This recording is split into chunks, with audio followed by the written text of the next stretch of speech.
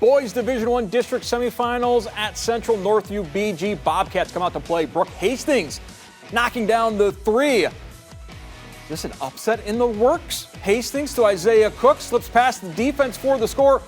Bobcats up 6 after 1. Wildcats respond in the second. Kenny Biggs, the steal, lays it in. He had 20 points, 8 of 12 shooting from the floor. Wildcats their first lead since midway through the first. Grant Copen getting it down low. Contested turnaround falls, a 12-0 run.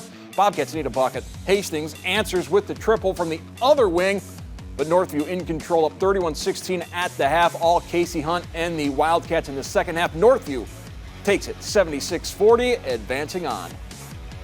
For the last couple of games, we've had bad starts, so we knew this. If we just continue to play our game, we continue going to halftime with the lead. So we didn't get too worried because we've been in that spot.